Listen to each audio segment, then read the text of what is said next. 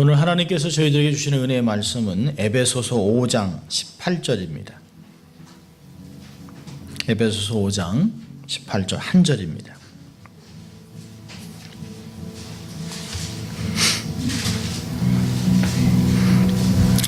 여러분도 눈으로 함께 읽으실 수 있길 바랍니다. 하나님의 거룩한 말씀을 봉독해 드립니다. 에베소서 5장 18절 술 취하지 말라 이는 방탕한 것이니 오직 성령의 충만을 받으라. 아멘. 술 취하지 말라 이는 방탕한 것이니 오직 성령의 충만을 받으라. 거룩한 주일 예배 참석한 여러분 주의 이름으로 환영합니다.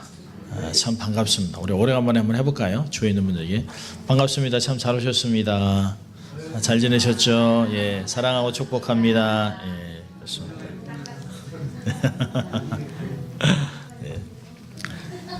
자, 우리가 가슴에 좀 손을 얹고 외쳐보죠. 나는 하나님의 특별한 사랑을 받은 사람이다. 두 번 하겠습니다. 나는 하나님의 특별한 사랑을 받은 사람이다. 나는 하나님의 특별한 사랑을 받은 사람이다. 아멘입니까? 네, 우리는 그런 사람들입니다. 자, 그렇기 때문에 우리는 또 외치는 거죠. 하나님을 기쁘시게, 사람을 행복하게. 자, 외칩니다. 하나님을 기쁘시게, 사람을 행복하게. 그렇습니다. 어떤 상황이 우리의 삶을 엄습한다 할지라도 우리가 자신감을 잃어버리지 않는다면, 또 자존감을 잃어버리지 않는다면 우리는 능히 극복할 수 있습니다. 사실 문제는 우리가 어떻게 대처하느냐에 있다고 저는 봅니다. 똑같은 문제를 보고도 어떤 사람은 아직 할 수 있어. 어떤 사람은 아이고 이제 죽었다라고 합니다. 근데 두 사람의 태도에 따라 문제가 커질 수 있고 작을 수도 있는 것이죠. 여러분 기억하세요? 고린도전서 10장 13절은 우리에게 얘기했습니다. 사람이 감당할 만한 시험밖에는 하나님 우리에게 주신 적이 없어요. 하나님의 미쁘시고 의롭기 때문에 우리가 시험당할 점에 또한 피할 길을 내사 능히 감당케 하시느니라. 아멘입니까? 그렇기 때문에 어떤 문제가 올지라도 절대 걱정하지 마세요. 우리가 감당할 만하니까 하나님이 허락하시는 것이에요. 감당하지 않으면 우리에게 아예 오질 않습니다. 그런 걸 생각한다면 야 그렇구나. 하나님이 이 시간도 나를 불꽃 같은 눈으로 사랑하는 눈으로 나를 이렇게 사랑덩어리로 여겨주시는구나. 하나님 감사합니다. 그렇다면 나도 정말 하나님의 사랑을 가지고 하나님을 기쁘시게 사람을 행복하게 정말 멋진 인생을 살아가겠습니다. 이런 삶으로 살 수 있기를 바랍니다. 그의 신앙을 갖고 있는 사람들, 세상 사람들은 전혀 경험할 수 없는, 세상 사람들은 그렇잖아요. 세상의 환경에 따라서 좌지우지 됩니다. 그런데 예수 믿는 사람은 변하지 않는 하나님, 회전하는 그림자도 없는 하나님, 온갖 좋은 것을 하늘로부터 우리에게 주신 하나님이 있으니까 우리는 땅에 있는 환경과는 전혀 상관없이 기뻐하고 즐거워할 수 있습니다. 아멘입니까 여러분? 예배드리러 오실 때는 좀 웃으면서 오세요. 너무 분위기가 너무 심각하니까. 아니, 한국 사람들은, 동양인들은 이 거룩함을 근엄함으로 알고 있습니다. 좀 이렇게 사실 거룩함은 근엄함도 있지만 즐겁고 행복하죠. 여러분 자녀들이요 늘 아버지 앞에서 이러고 생각하세요. 좀 그렇잖아요. 웃고 즐겁고 행복함이 필요합니다. 예배드리는 자세가 얼마나 행복합니까? 목사로서 교회의 크고 작음이 중요한 게 아니라 말씀을 전할 수 있다는 게 사실은 토요일부터 거의 사실은 깊은 잠을 못 잡니다. 어떻게 하면 교우들에게 정말 맛있는 정말 이 말씀을 듣고 한 주간을 힘있게 살아갈 수 있는 말씀을 전할까. 이렇게도 생각해보고 저렇게도 생각해보고 뒤척뒤척합니다. 그리고선 부지런히 와서 문을 다 열어놓고 오늘 이곳에 올 교우들을 생각하면 가슴 벅차죠. 그러면서도 늘 부족해요. 야, 정말 더 좋은 것들을 먹여드려야 되는데 더 좋은 말씀을 나눠드려야 되는데 아이고 어떻게 그냥 이런 마음이 늘 있습니다. 그럼에도 불구하고 강단에 설 때마다 너무너무 감사해요. 너무너무 기쁘고 이 가족 됐다는 게 얼마나 좋은지 몰라요. 저만 좋습니까? 자, 오늘은 에베소서로 다시 돌아왔습니다. 2주 동안 우리가 종료주일 부활절을 맞으면서 이제 다시 에베소서로 돌아왔습니다. 참 오래전부터 에베소서를 다뤄보고 싶었던, 아마 목사들이라면 로마서와 에베소서를 다루는 게 모든 사람의 꿈일 것입니다. 한 2달 전에, 2달도 채 안 됐죠. 2달 전에 화성 엽총 난사 사건이라는 게 있었습니다. 화성 경찰서에 갑자기 50대 초반인 사람이 급하게 전화를 걸어서 큰일 났습니다. 우리 작은아버지가 아버지와 어머니를 쏴 죽였습니다. 빨리 와주십시오. 엽총을 갖고 있습니다. 그 작은 마을에 사람이 찾아갔습니다. 경찰이 어르신 왜 이러십니까? 아니 그만하십시오 그러는데 그 말리는 경찰까지 쏴 죽였습니다. 그리고 자기도 총으로 쏴서 죽었습니다. 총으로 쏴서 죽인 동생은 75세, 총에 맞아 죽은 형은 86세, 형수는 84세. 왜 이런 일이 벌어졌을까요? 원인을 분석해 봤습니다. 그날도 그 동생이 평상시에 하던 대로, 평상시에는 참 이 총에 맞은 사람이 참 착한 사람이었답니다. 뒤에 있는 사람들도 돌아보고 그러는데 그 동생이 75세가 어떤 사업을 망해가지고 형한테 와서 늘 술을 먹고 와서 땡깡을 부리는 거예요. 형 돈 좀 나눠줘라. 형이 돈 많으니까 나한테 돈 좀 주라. 근데 86세 된 형이 돈을 조금씩 줬지만 이제 너무 요구하니까 안 줬죠. 근데 그날도 뭔가 생각을 골똘하게 하다가 술을 취해가지고 엽총을 가지고 와서 형수를 먼저 죽이고 형을 죽이고 그리고 경찰을 죽이고 자기도 죽었습니다. 평상시에 술만 먹으면 돈을 달라고 와서 땡깡을 부렸다는 것이에요. 그리고 술만 먹으면 내가 죽여버리겠다 그랬다는 것입니다. 근데 놀라운 것은 술을 안 먹으면 양같이 순했답니다.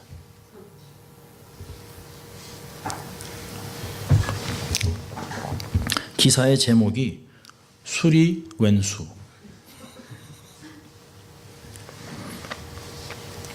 여러분 사도 바울은 오늘 본문을 보면 여러분 그 본문을 보세요. 에베소 5장 18절 전에 있는 15절부터 17절까지를 보면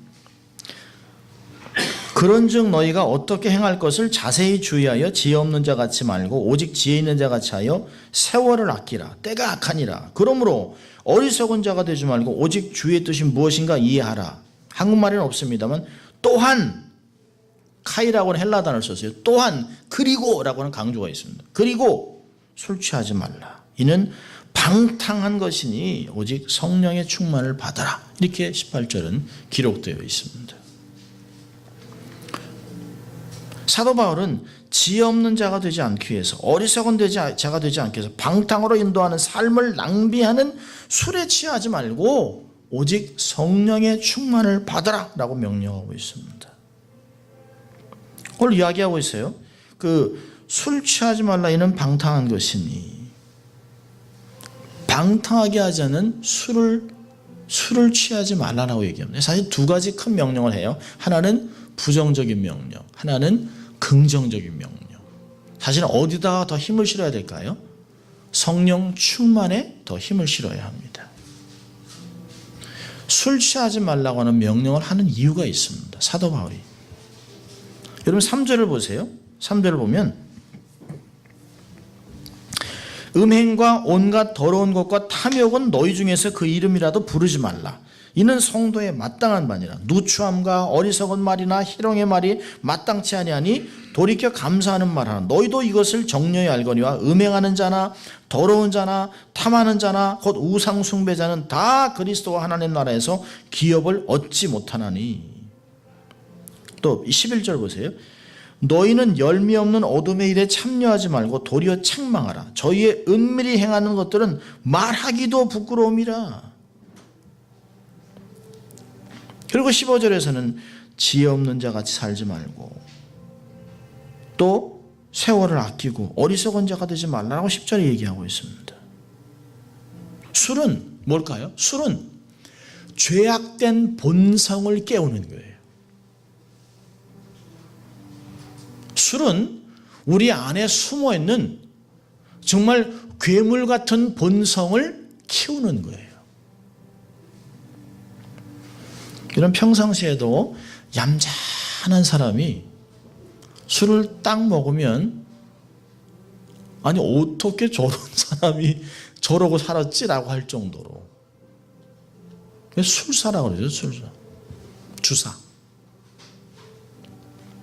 여러분 술은 우리의 삶에 있는 죄된 본성을 건드리는 것이에요. 오감을 자극하는 것들을 깨우기 시작합니다. 저는 한인타운에 살면서 한 가지 안타까운 것은 9시가 되면 한인타운이 살아나기 시작합니다. 불야성을 이루면서 술 취한 젊은이들 20대, 25대 돈이 없는 아이들이 나왔겠습니까? 비싼 식당에 술을 먹고 휘청휘청합니다. 세월을 낭비합니다. 완전히 방탕합니다. 사도 바울이 그 방탕하게 하는 술 취하지 말라라고 하는 명령을 이유가 있어요. 술은 악한 것입니다. 술의 해악이 성경에 많이 기록되어 있습니다. 성경에서 술 취함 때문에 생긴 비극이 여러 가지 있잖아요. 첫째로 보면 노아입니다. 노아가 정말 그 8명의 가족이 다 구원을 받았습니다. 그리고 포도원을 지었습니다. 그리고 포도주를 만들어서 취해버렸습니다. 취하고 아랫도리를 홀랑 다 벗고 잠들었어요. 그러니까 그 세 아들 중에 하나가 와서 아버지의 옷 벗은 것을 수치스러움을 얘기했습니다. 술이 깨고 난 아버지가 그 아들과 손자를 저주했습니다. 그것이 지금까지 진행되고 있습니다. 자식을 저주하고 싶은 부모가 어디 있겠습니까? 자기가 술 취한 것 때문에 그런 것이에요. 더 심한 것은 창세기 19장으로 가면 롯이 하나님의 도움으로 소돔과 고모라에서 구함을 받았잖아요. 그런데 어느 작은 곳 산에 가서 이제 동굴에 숨어 있습니다. 그런데 이 딸들이 평상시에 부모의 교육을 제대로 받지 못했기 때문에 세상이 끝났다 생각하고 어떻게 우리는 자녀를 얻으리요? 라고 생각하고 술을 빚었겠죠. 그래서 아버지를 술 취하게 만들었습니다. 그리고 첫째 딸이 아버지를 만취시켜 놓고 아버지와 잠자리를 들어요. 그리고 임신을 합니다. 그리고선 둘째 딸이 아버지를 또 술 취하게 해서 임신을 했어요. 성경에 나와 있는 최초의 근친상간입니다. 친아버지가 친딸 둘과 해서 자녀를 했어요. 암몬과 모압입니다.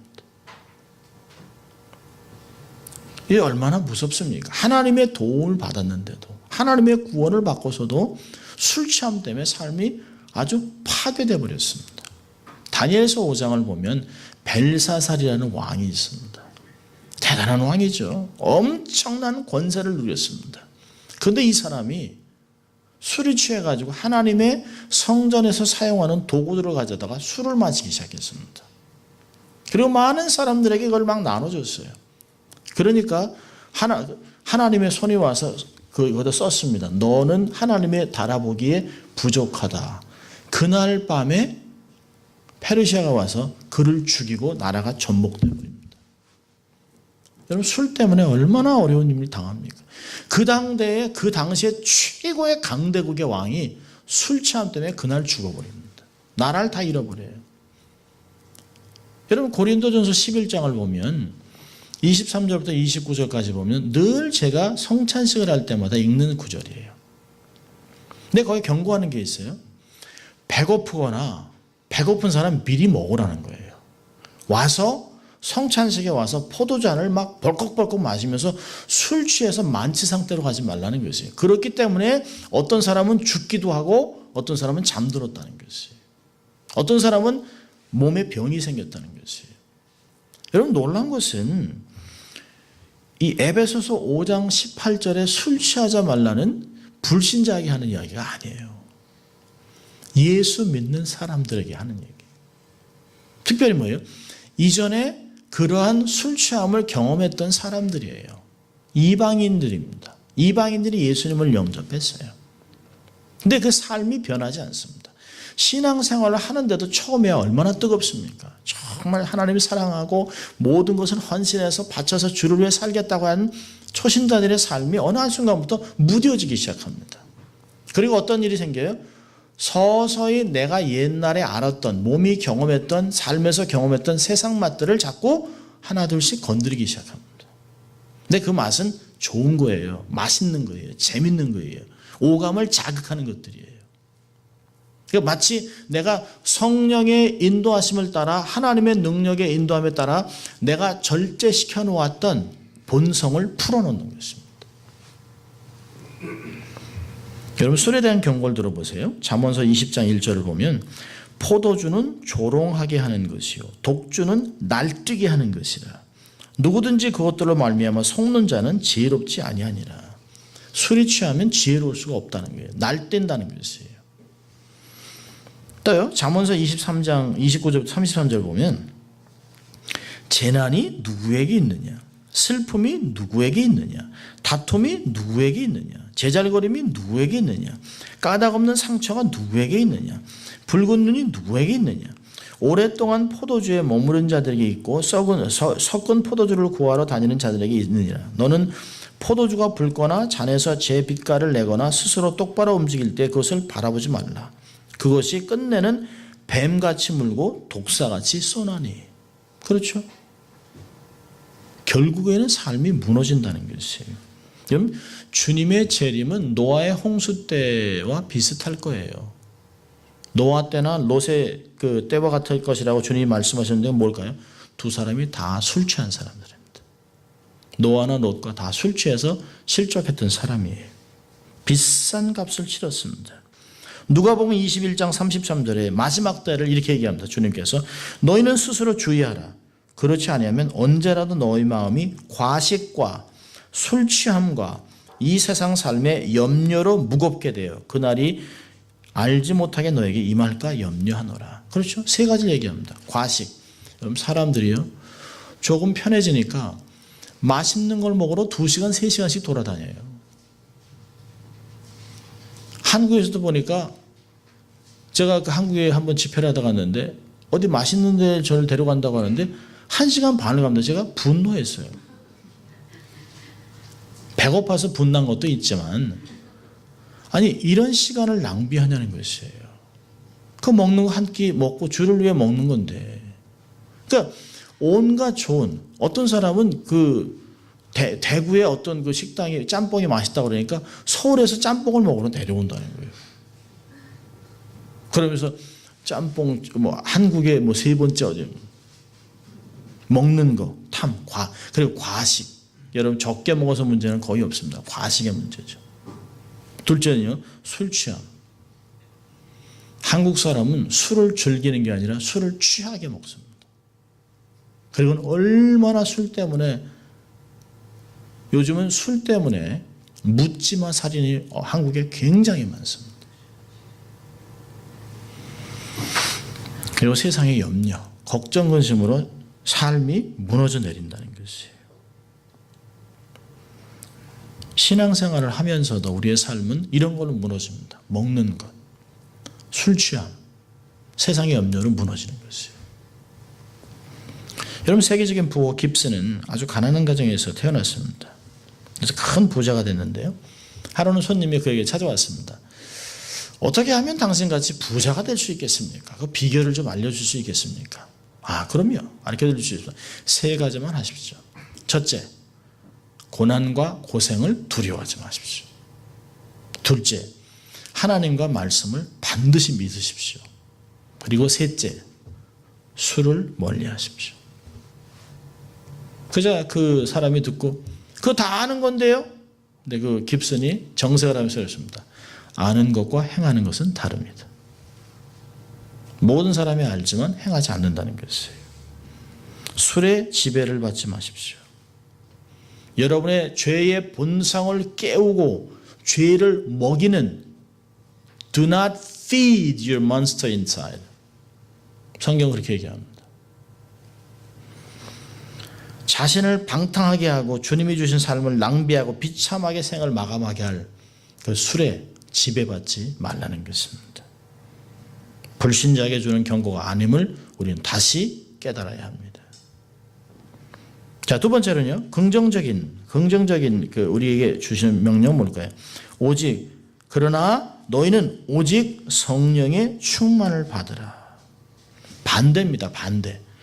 술 취하지 말고 반대로 적극적으로 성령의 충만을 받으라고 권면하고 있습니다.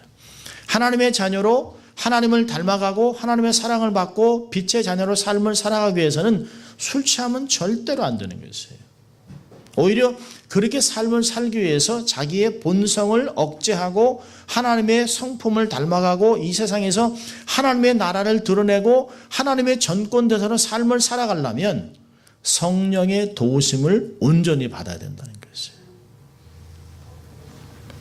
하나님의 자녀들이라면 선택의 여지가 없습니다. 성령 충만을 받으라는 것이에요. 여러분, 원문이 주는 의도하는 게 네 가지가 있습니다. 원문을 짧은 구절이지만 이 그릭 헬라어 원문이 주는 그 의도가 있어요. 첫째는 뭐냐면 바울이 의도하는 게 뭐예요? 첫째는 명령형입니다.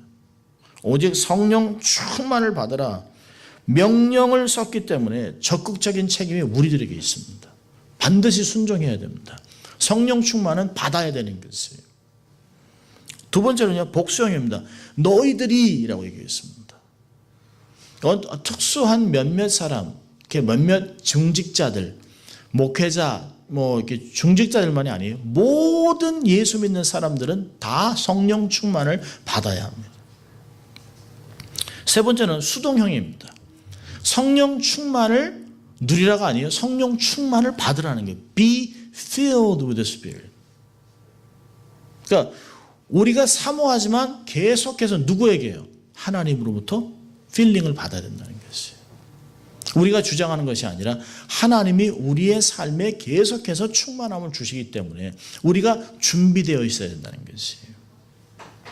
네 번째는요, 현재 진행형입니다. 계속해서 성령 충만을 받으라는 것이에요. 한 번으로 끝나는 것이 아니에요. 어제의 은혜로 오늘을 살아갈 수가 없어요. 오늘의 은혜로 내일을 살아갈 수 없습니다. 성령 충만은 그 순간순간마다 매 순간마다 받아야 된다라고 하는 것을 가르쳐주고 있습니다. 자, 그렇다면 성령 충만은 뭘까요? 사실 성령 충만은 많이 오해되고 있는 구절이기도 합니다. 사실은 저는 선교단체에서도 있었고 또 선교지에 가서 사역도 했었고 또 많은 사람들을 인도해서 선교지에서 엄청난 기적도 경험하고 기도하면서 사람들이 치유되고 벙어리가 말을 하고 안진배가 일어나는 것도 다 목격했습니다. 그럼에도 불구하고 성경에서 나와 있는 성령 충만을 해석하기 위해서 며칠을 고민을 했습니다. 정말 사도 바울이 우리에게 의도하는 것은 무엇일까? 성경이 우리에게 정말 이야기하는 성령 충만은 무엇일까를 생각해 봤습니다. 자, 첫째로는요. 성령 충만이란 성령의 지배함을 받는 것입니다. 성령님은 인격적인 분입니다. 지정의가 있는 분이에요. 성령의 지배를 받는 삶은 뭘까요? 균형 있는 삶입니다. 균형 있는 삶. 한쪽으로 치우치지 아니하고 지정의 모든 영역에서 하나님을 닮아가는 그런 균형 있는 삶을 살아갑니다. 요한복음 16장 14절에 얘기했습니다. 성령님은 그리스도를 영화롭게 하기 위해서 왔다는 것이에요. 우리가 성령의 충만을 받는다는 게 뭘까요? 우리는 우리의 삶을 통해서 생각, 말하는 것, 느끼는 것 모든 영역에서 그리스도를 영화롭게 하기 위해서 정상적인 그리스도인의 삶을 살아가야 된다는 것이에요. 근데 성령 충만이 잘못 이해되면서 한쪽으로 치우쳤습니다. 그래서 성령 충만을 받기 위해서 기도원에서 기도원으로 옮겨 다니는 사람들이 있어요. 결혼한 여자 집사님이 가정도 있고 남편도 있고 아이들도 있는데 돌보지 않고 기도원에서 기도원만 돌아다닙니다. 집회에서 집회만 돌아다녀요. 2주에 한 번씩 집에 와서 다 빨래하고 그리고 또 나가요. 그래서 저한테 그랬습니다. 저는 성령 충만을 받았대요. 그래서 아니요. 집사님은 성령 충만을 받은 게 아니라 역마살이 낀 거죠.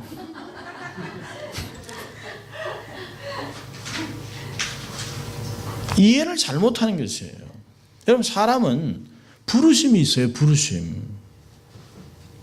아내는 남편과 자녀를 돌보고 가정을 돌봐야 될 의무가 있어요. 여러분, 신앙은 상식입니다. 상식 이하의 수준이 나타나면 안 돼요. 성령 충만을 받았다는 사람이 상식 이하의 행동이나 상식 이하의 삶을 살아가면 안 된다는 것이에요. 하나님이 지금 현재 삶에서 여기서 내게 원하는 것이 무엇인가를 확실하게 알고 하나님을 사랑하고 하나님의 뜻을 따라 내게 주신 가정과 내게 허락하신 교회, 내게 준 직장에서 최선의 삶을 살아가는 것이에요. 저는 기도원을 반대하는 것이 아니에요. 필요하면 가야죠. 집회 필요하면 가야죠. 은혜 받아야죠. 사모해야죠. 그러나 그것이 도가 지나치면 안 된다는 것이에요. 여러분, 술 취함과 성령 충만의 유사점이 있어요. 정반대지만 유사점이 있어요. 뭘까요? 술에 취하면 이성을 잃고 술의 지배를 받는 것처럼 성령이 충만하면 성령의 지배를 받는 것이에요. 또 시간이 지나면 술 취한 사람도 만취한 상태에서 깨나요. 그런데 성령 충만도요, 우리가 가만히 있으면 우리의 삶에 본성이 자꾸 성령을 소멸시키기 때문에 성령의 충만함을 유지하기가 어렵습니다. 그래서 계속 인간적인 생각으로 다시 돌아와요. 우리 가끔 그러잖아요. 목사님, 한때 저도 열심히 섬겼습니다. 제가 웃어요. 근데 왜 풀리셨어요, 이렇게? 다시 조이셔야죠. 성령 충만으로 은사도 있고 방언도 하고 능력도 있었대요. 그래서 아니, 옛날 거 얘기하지 말고요. 지금이 중요한 거예요. 왜요? 풀렸거든요. 그러면 잃어버린 것이에요. 여러분, 술에 계속 취해 있으려면 계속 술을 마셔야 하는 것처럼 성령 충만이 지속되려면 계속적으로 성령 충만을 사모하고 받아야 된다는 것이에요. 또 성령 충만이란 뭘까요? 기억하십시오. 종교적으로 신비한 상태에 들어가는 것이 아닙니다. 성령으로 충만하면 신비한 황홀감에 들어가서 비몽사몽간에 알지도 못하는 말을 해야 되는 것이 아니에요. 성령 충만은 오히려 정신이 맑습니다. 하나님은 진리의 영입니다. 하나님은 질서의 하나님이에요. 우리의 삶을 가장 맑고 가장 깨끗하고 가장 정결한 모습 속에서 역사하세요. 성령으로 충만하면 우리의 지성이 흐리거나 약해지는 것이 아닙니다. 오히려 더 활발해집니다. 근데 놀라운 것은 성령 표현, 충만의 외적인 표현이 사람마다 다르다는 것이에요. 그 사람의 성품에 따라 성령 충만에 나타나는 모습이 결과가 달라요.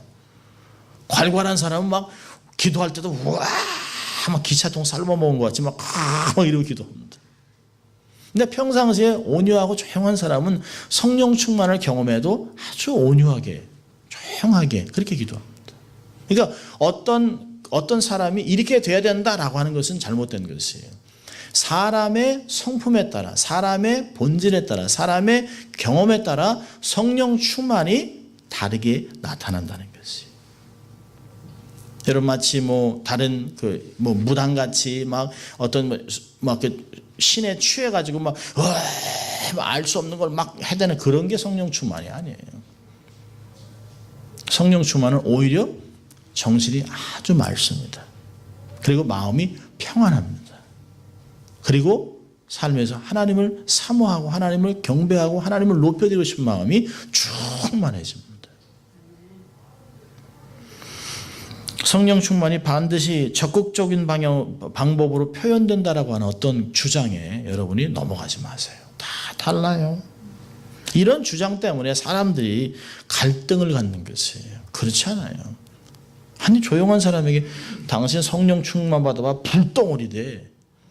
아니, 그 사람이 불이 있는데도 통제하고 살아가는 사람인데 그 사람이 나같이 살아야 되는 이유가 뭐 있어요? 하나님이 사람들을 다 다르게 창조하셨잖아요. 그게 얼마나 감사합니까? 다 다른 것이에요. 다르기 때문에 유익한 것이, 다르기 때문에 하나님의 역사를 다 다르게 하는 것이. 하나님이 얼마나 방법이 많으세요. 얼마나 다양하세요. 하나님이 우리에게 각자 주신 인생이 있어요. 각자 주신 모습이 있어요. 각자 주신 배경이 있어요. 그 배경과 믿음의 분량과 지식과 경험 모든 것을 근거해서 하나님이 나에게 가장 맞는 아주 적합한 성령의 충만함을 유지시켜 준다는 것이에요. 믿을 수 있길 바랍니다.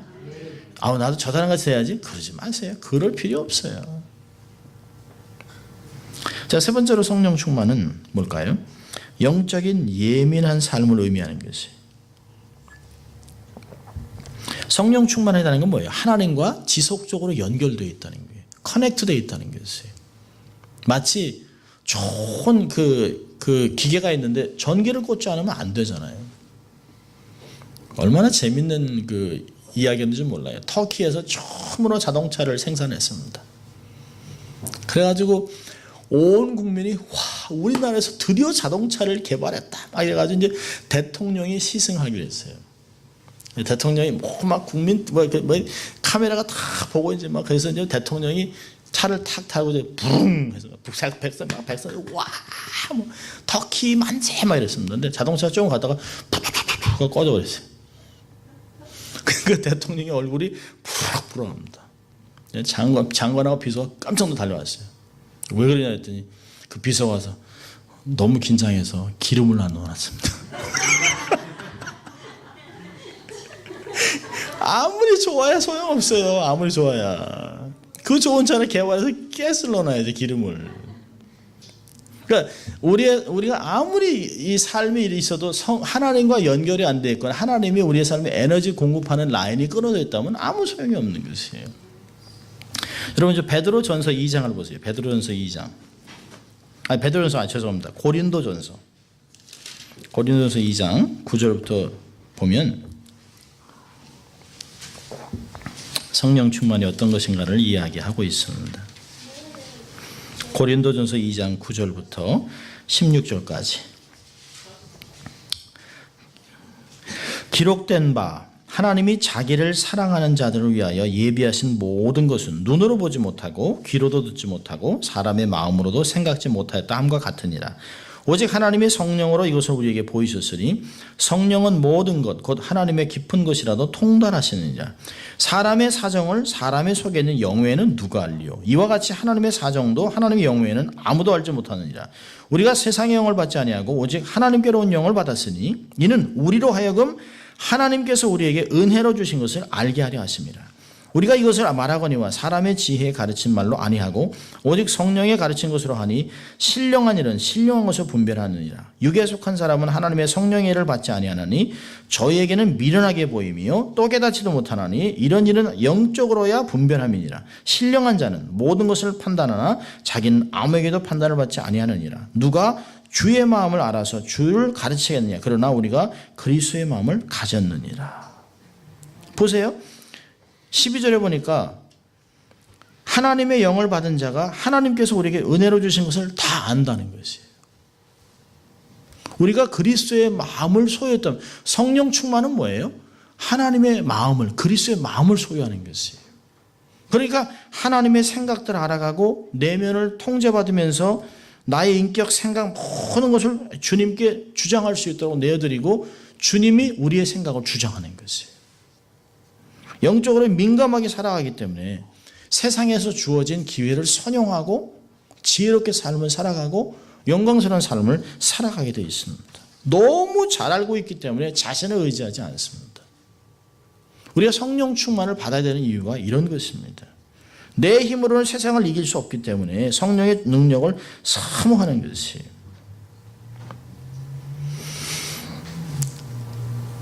자, 그렇다면 어떻게 하면 성령 충만을 유지할 수 있겠습니까? 적용이죠, 이제. 성령 충만을 계속해서 받으려면 첫째로 성령님을 인정하고 사모해야 합니다.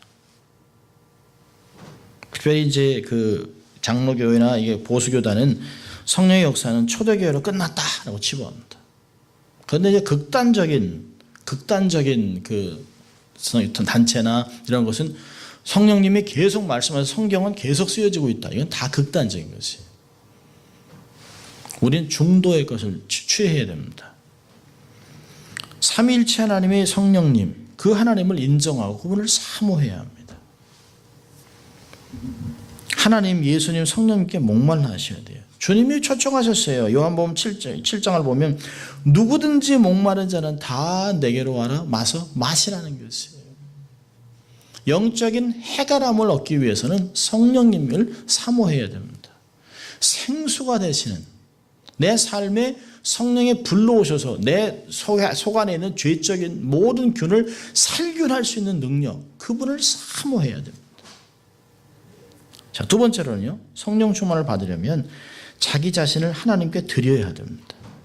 로마서 12장 1절부터 2절 보니까 우리 몸을 하나님이 기뻐하시는 거룩한 산제사로 드리라. 자신을 주님께 맡겨야 돼요. 성령님은 절대로 우리와 동업하면서 반반하지 않습니다. 50대 50, 60대 40 이렇게 하지 않습니다. 성령님께 우리가 삶을 맡기든지 내가 주장하십니다. 누가 내 인생을 잘 인도하겠습니까? 성령님이 인도를 잘 하시죠.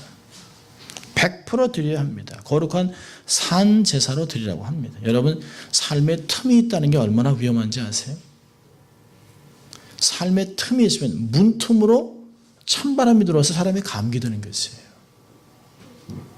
이 틈으로 사단이 침범하고 들어오는 것이에요.